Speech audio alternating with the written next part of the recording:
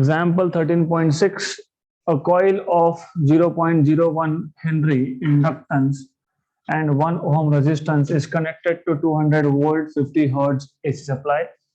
Find the impedance of the circuit and time lag between maximum alternating voltage and current. So first of all, in the given quantities, what you have is a coil of inductance की value दे दी है 0.01 Henry and resistance is 1 ohm is connected to a 200 volt 50 hertz AC supply. आपको पता है 200 volt मतलब RMS value होती है. So you have RMS value of voltage, that is 200 volt. Frequency F is 50 hertz. Find the impedance of the circuit. You are supposed to find out the impedance. तो आपको Z की value find करनी है. Number two, what you are supposed to find is time lag, delta T.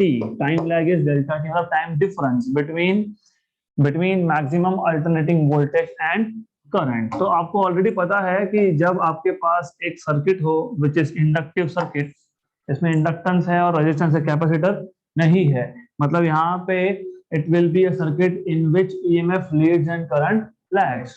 तो हम अभी तक क्या कर रहे थे, हम ये देख रहे थे कि करंट और EMF में कितना फेज डिफरेंस है, π/2. फेज डिफरेंस मतलब एंगल का डिफरेंस, एक साइन एक कोसाइन.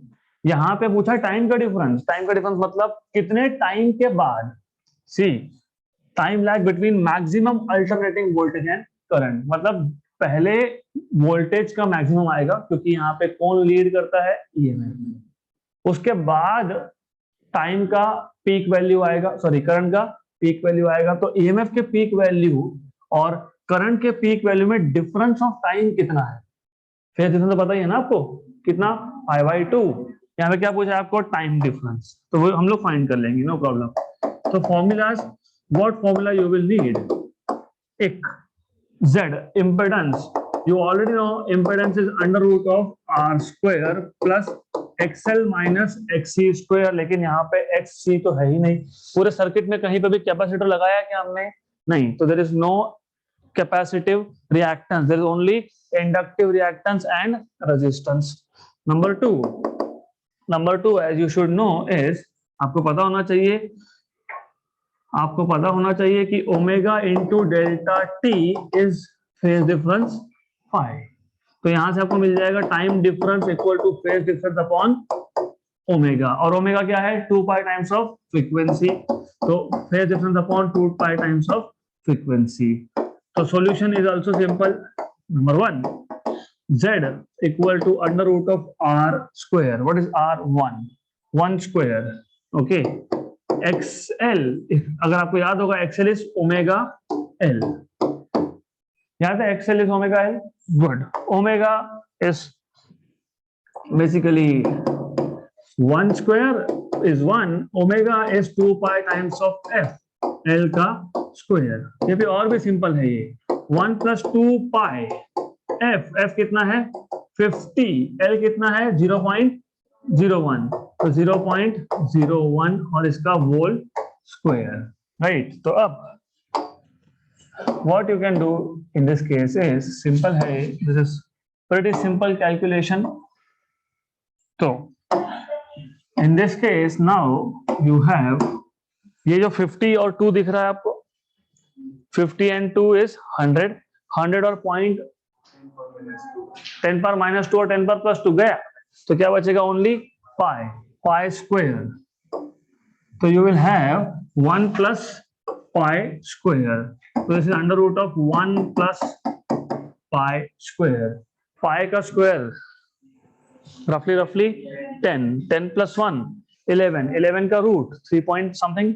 तो एग्जैक्ट आंसर अगर आप देखोगे तो कैलकुलेशन अगर एग्जैक्ट करना होगा तो it is 3.2972. Pi square is 9.85 plus 1 10.85, उसका रूट 3.2972. So it is 3.2972. 3.2972. ये क्या मिल गया हमको, इम्पेडेंस. इम्पेडेंस का यूनिट क्या होता है, ओहम, क्योंकि impedance is total resistance offered by all three components, inductor, resistor and capacitance. लेकिन यहाँ पे capacitance तो नहीं है, तो what you have is inductance and resistance. Okay, good. Then what else you are supposed to find out? क्या पूछा और आपको आगे? Yes. So they are asking you what is delta T. So delta T, as you know, the formula is phase difference upon 2 pi f. But अगर आपको याद होगा तो हमने already tan phi impedance triangle, अगर याद नहीं तो लेके जाएंगे impedance triangle पे, ये impedance triangle या फिर ये impedance triangle, tan alpha was xl minus xc upon r. लिखा भी होगा कहीं पे tan alpha is xl minus xc by r. हमारा जो क्वेश्चन था उसमें xc है क्या? नहीं, तो xc क्या है? 0. तो tan alpha is xl by r. So here you get tan alpha as xl by r.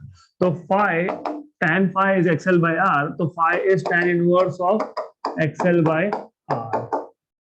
And xl is omega l. Omega is 2 pi f l. ये तो अभी किया ना आपने, isn't it? Yes. कितना है ये? Pi. This is pi. Omega is 2 pi f. 2 pi f l लिख ही देता हूँ. Anyways, f की वैल्यू 50, 52 जा 100 और ये 10 पावर माइनस 2, क्योंकि l की वैल्यू कितनी है? 10 पावर माइनस 2, तो ये हो गया 1. 2 into 50 is 100, 100 into 10 power minus 2 is 1. Pi by r, r की value 1. So phi is tan inverse of pi. What is value of pi? 3.14. So tan inverse of 3.14 ये calculate करना पड़ेगा आपको, and I am getting it to be 72 degrees and 35 minutes. So ये जो आता है, ये आपके पास log बुक में टाइम टेबल आता है नेचुरल टेंजेंट्स, उसमें 3.142 की वैल्यू ढूंढो तो 72 डिग्रीज एंड 72.35 डिग्रीज. तो ये आ गया आपके पास फेज डिफरेंस, राइट? अब आपको चाहिए था टाइम डिफरेंस.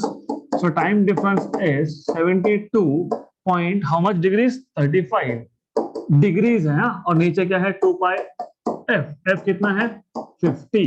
तो डेल्टा टी इज, आपको याद होगा डिग्री को रेडियन में कैसे कन्वर्ट करते हो? Pi by 180. ये कन्वर्ट हो गया, और ये आ गया आपका 100 और पाई कैंसल और कैंसल. तो this is what you have. Delta T equal to 72.35 upon 180 into 100. इसको सॉल्व करो, सिंपल है. रफली स्पीकिंग, यू सी, ये 75 ले लिया अगर, तो ये 3/4 हो गया. 75 by 100 इज 3/4. 3/4, remember this. अगर ये 3/4 आ गया तो ये 180 है, राइट? तो इसको भी आप रफली सॉल्व कर ही सकते हो. Approximately 1 by this is 240. तो 1/240 मतलब 1/25, 250 ले लो, इंटू 10. 10 को ऊपर ले जाओगे 10 पावर माइनस 1. अब एक काम करना, ये 10 पावर माइनस 1 को रहने दो, ये नीचे 25 है ना. हाँ, तो 100 से मल्टीप्लाई डिवाइड 1 दा एंड 4 दा, राइट? तो this is 4 into 10 power minus 3, 4 millisecond. This is what you should get approximately. मैं अप्रोक्सीमेटली बता रहा हूं, और एग्जैक्टली करोगे तो कितना आता है? What I am getting is exactly 4 millisecond. This is what I am getting, 0.004 second, मतलब 4 into 10 power minus 3 second. So this is how you are supposed to find out what is delta T.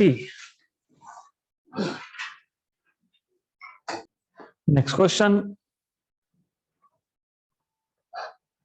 A 100 ohm resistor is connected to a 220 volt 50 hertz supply. So what you have is the value of resistance, okay, R, which is 100 ohm, is connected to 220 volt, 220 volt मतलब ERMS. ERMS is 220 volt. 50 hertz, frequency is 50 hertz. What is the RMS value of current in the circuit? You are supposed to find out IRMS, and then what is the net power consumed over full cycle. Okay, so net power consumed over full cycle ऐसा question है, and you know this year due to reduced syllabus power consumed ये आपके पास syllabus में नहीं है, so we have to skip this question because you don't have this in syllabus, out of scope. So next question, let me check ये भी है कि नहीं. 13.8, a sinusoidal voltage of peak value to 83 volt. Okay, तो maybe क्या पूछा है, impedance LCR circuit LRC, phase difference, power factor, no power factor is not there. So ठीक है, इसमें आप पहले दो पार्ट सॉल्व कर सकते हो, others you have to skip. A sinusoidal voltage of peak value. So what is given to you is sinusoidal voltage of peak value. Peak value is E0, which is 283 volt. So you have this as 283 volt, and frequency of 50 hertz. F is 50 hertz. Is applied to a series LCR circuit in which value of resistance R is 3 ohm and L is 25.48 millihenry. And C value is 796 microfarad. This is what you have. Find impedance of the circuit. तो impedance आपको पता है कैसे find करते हैं. It's very simple. You're supposed to find out number 1 impedance, which is Z. Number 2 phase difference between voltage across source and the current. So you're supposed to find out what is phase difference phi.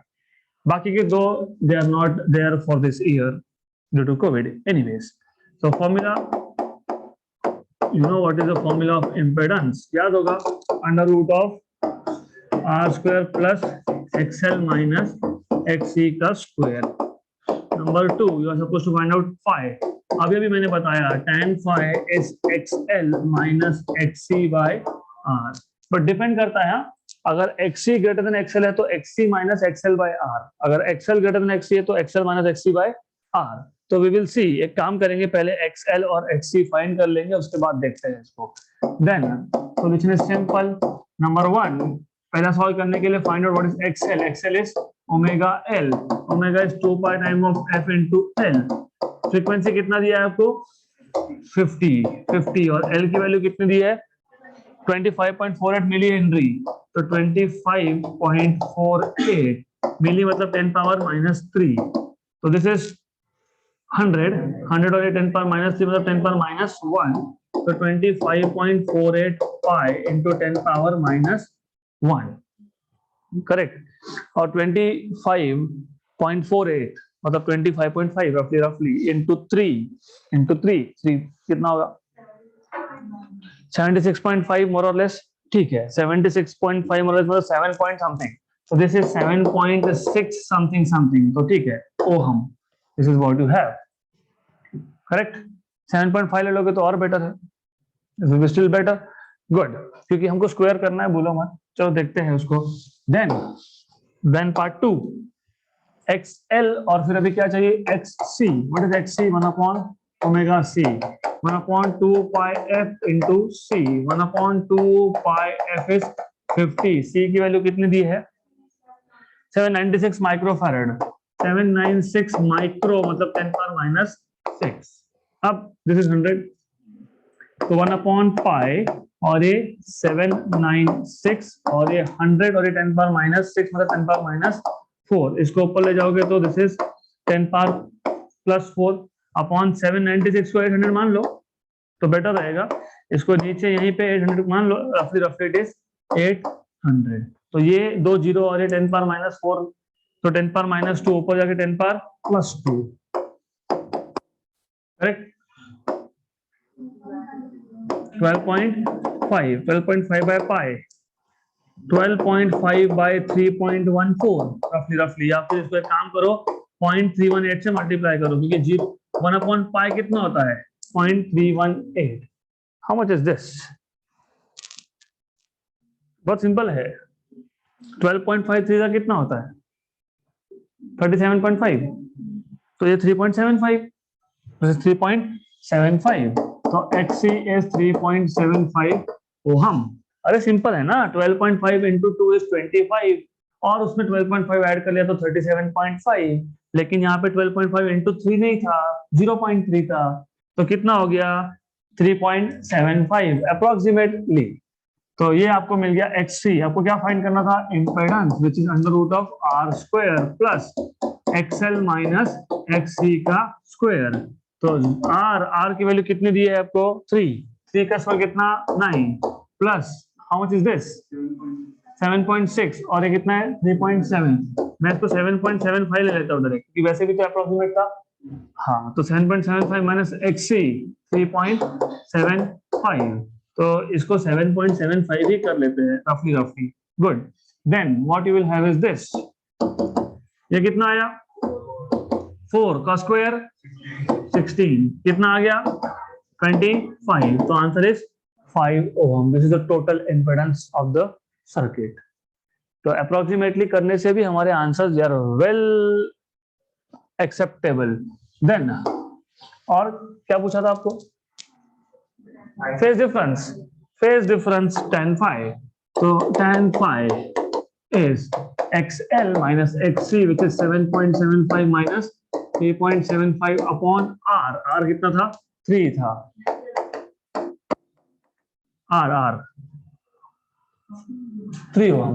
Okay, this is 4 by 3, phi equal to tan inverse of 4 by 3 is 1.33, क्योंकि ये refractive index of water भी होता है 4 by 3, तो पता होना चाहिए 1.33। अब ये जो भी आएगा you have to find it from table of natural tangents. So this is how you are supposed to solve this question, simple. Next question, a light bulb is rated 100 watt for 220 volt AC supply of 50 hertz. Calculate resistance of the bulb, the RMS current through the bulb. Now it is very simple, watt मतलब power, right? तो a light bulb is rated 100 watt मतलब power of the bulb is 100 watt for 220 volt AC supply, मतलब ERMS is given to you, that is 220 volt। Frequency कितना है, again 50 hertz का frequency है। Calculate, you are supposed to find out number 1 what is resistance of the bulb R, and number 2 RMS current through the bulb मतलब IRMS। This is what you are supposed to find out. आपको ये दो quantities find करनी है, and extremely simple question. You should know which formulas you are supposed to use. Number 1, power आपको पता होना चाहिए, power in an electrical circuit is E into I मतलब V into I, right? और यहाँ पे E into I मतलब ERMS into IRMS। Then number 2 क्या पूछा है आपको, RMS करंट तो यहाँ से मिल जाएगा। नंबर 2 क्या पूछा है, resistance. How do find out resistance, Ohm's law, मतलब ERMS इक्वल टू R है ना, IR होता है ना, V इक्वल टू IR, तो ERMS equal to IRMS upon into R। तो इजी है। फर्स्ट केस में P equal to ERMS into IRMS, आपको क्या फाइंड करना है IRMS। तो IRMS कैसे फाइंड करोगे आप, it is P upon ERMS। P कितना है 100, ये कितना है 220। गुड, दिस इज 10/22 मतलब 5/11। 5/11, तो ये 5/11 कितना आता है पता होना चाहिए, little greater than little less than 0.5, 0.5 से छोटा। क्यों, क्योंकि 5/10 इज 1/2 मतलब 0.5, डिनोमिनेटर बड़ा होना मतलब नंबर छोटा होना, तो ये आएगा 0.454। 0.454 क्या, करंट मतलब क्या, एम्पियर। तो IRMS मिल गया, IRMS मिल गया तो R मिल जाएगा, क्योंकि यहां से as you can see R ही फाइंड करना है ना आपको, तो R equal to ERMS upon IRMS, ERMS upon IRMS. What is E? 220. What is I? No, this one. This is what? 5/11. तो इसको ऊपर भेज दो. 220 into 11 by 5. One जा and. I don't understand. This is so simple. 5 10s are 50. 20s are 100. 30s are 150. 40s are 200. 41s are 205. 42s are 2010. 43 and 44. So this is 44. Correct? Is this clear? 44 into 11. 44 into 10 is 440 plus 44. 484. It is 484 ohm. यही answer आना चाहिए. This is what it is. 484 ohm. Done. Next question. A 15 microfarad capacitor is connected to a 220 volt 50 hertz source. मतलब capacitor की value दे दी है 15 microfarad 10 power minus 6. 15 to 10 power minus 6. ERMS is how much? 220 volt. Frequency is how much? 50 hertz. Find the capacitive reactance and the current, RMS value and peak value in the circuit. आगे पूछा है if the frequency is doubled, what will happen to capacitive reactance and the current? So first of all, you are supposed to find out number 1. Capacitive reactance मतलब XC. Number 2, current. current कौन कौन सा? RMS और कौन सा? peak. RMS and peak. आगे आपको पूछा है number 4, what happens to capacitive reactance and current if the frequency is doubled? So basically delta XC, मतलब by how much factor XC, which is capacitive reactance, changes, and what happens to current, and what is delta I when frequency मतलब F is 2 times of F, मतलब F dash is 2F. तो simple है formula. extremely simple question. Number 1, क्या find करना है? XC. XC मतलब 1 upon omega C. C दिया है, omega is 2 pi F. So XC is 1 upon omega C. That is 1 upon 2 pi F into C. Then number 2, IRMS. How do you find out IRMS? अभी देखा था. ERMS is IRMS into resistance, क्योंकि यहाँ पे सिर्फ resistance था. अगर एक सर्किट में रजिस्टर और इंडक्टर होगा और कैपेसिटर होगा तो क्या लिखोगे? इम्पेडेंस. अगर एक सर्किट में सिर्फ इंडक्टर होगा तो क्या लिखोगे? आर की जगह पे इंडक्टिव रिएक्टेंस. और अगर एक सर्किट में सिर्फ कैपेसिटर है तो कैपेसिटिव रिएक्टेंस. तो मतलब इसका ERMS equal to IRMS into XC, capacitive reactance. मतलब यहां से आपको मिल जाएगा IRMS का फॉर्मूला. तो IRMS is ERMS upon XC. Good. Then third, IRMS is nothing but I0 by root 2. मतलब I0 is IRMS into root 2. Simple. Then what happens to XC when frequency is double? ये relation है आपके पास. So what you see here is XC is inversely proportional to frequency. Frequency double मतलब capacitive reactance becomes half. हो गया, वो part solve हो गया. Then of course about current. What happens to current? You see current is inversely proportional to XC. So current, RMS value of current is inversely proportional to XC, but XC is proportional to 1 upon F. मतलब basically it is proportional to F. तो frequency double होना मतलब current भी double होना. तो 2 part तो यही solve हो गए, बचे हुए 3. तो वेरी सिंपल. एक्सट्रीमली सिंपल, कर लो इसको सॉल्व। नंबर 1, पहले पार्ट में आपको फाइंड करना था xc which is 1/2 pi f into C. तो xc equal to 1/2 into pi into 50 into C is 15 into 10 power -6। 15 microfarad था, याद रखना ये। दिस इज 100, 52 जा 100, तो 15 पाई, ये 100 और 10 पावर -4, 10 पावर -6 और 10 पावर +2 है ना, 100 कितना 10 पावर 2, ये कितना है 10 पावर -6, कितना बचा -4, ऊपर गया तो +4, 10 पावर +4 मतलब 10 इंटू 10 पावर 3। क्यों किया, 2 and 3, right. 3 pi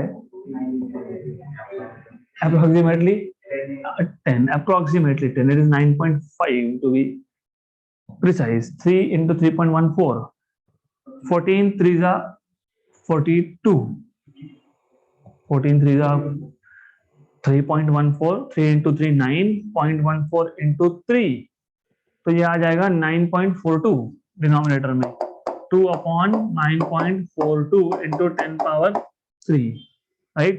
1 and this is 4.7, 4.71, 4.71, correct, yes. तो 1/4.71 ये आपको रेसिप्रोकल टेबल से मिल जाएगा। 1/5 होता तो 0.2 होता, लेकिन नीचे नंबर छोटा तो नंबर 0.2 से बड़ा। तो ये आप एग्जैक्टली सॉल्व करोगे तो I am getting this as basically this is 0.212 into 10 power 3, मतलब 212 ओहम। मैंने वही बताया ना, नीचे 5 आता तो 1/5 इज 0.2, नीचे का नंबर छोटा होना मतलब नंबर 2 से मतलब 0.2 से बड़ा, तो 0.212 इंटू 10 पावर 3, तो 212 ohm. This is what you get, this is value of XC। Then क्या गया, XC का वैल्यू सही है। Then you are suppose to find out IRMS equal to ERMS upon XC। What is ERMS, 220, दिया ये 220, and what is this, this is 212, 1 point something, 220 by 212 is slightly greater than 1, so 1.04, this is what I am getting, 1.04 ampere हो गया। Number 3 क्या find करना है, I0 peak value, it is √2 times of RMS, correct, √2 times of RMS, ये कितना है 1.04, this is how much 1.414 into 1.04। इसको solve करो, दिस इज 1.4, देखो सिंपल है क्या, this is extremely simple, very simple thing. 1.4 into 1, 1.4 और 1.4 into 4, अब बताओ 56, राइट। तो 1.414 प्लस 0.56 मतलब 1.47 something, so this is 1.47 something ampere, correct है, यही आएगा 1.47 एम्पियर, एग्जैक्ट आंसर है। कुछ नहीं, इन दोनों को मल्टीप्लाई किया, that's it, that's what I have done. Clear यहां तक? अरे 1.414 को 1.04 से मल्टीप्लाई करते आना चाहिए, और दिखता है 1.4 से थोड़ा ही बड़ा होगा वो, हाँ तो बराबर है 1.47, करेक्ट। देन तो पता ही है, हो गया यार, ये तो सॉल्व हो ही गया था। Frequency and XC are inversely related, frequency double होना मतलब XC कैपेसिटिव रिएक्टेंस हाफ होना, वो आप लिख सकते हो खुद। और क्योंकि IRMS और फ्रीक्वेंसी डायरेक्टली प्रोपोर्शनल है, फ्रीक्वेंसी का डबल होना मतलब करंट का भी डबल होना। So this is how you are supposed to solve. Next question, an AC circuit consists of only an inductor of inductance 2 Henry.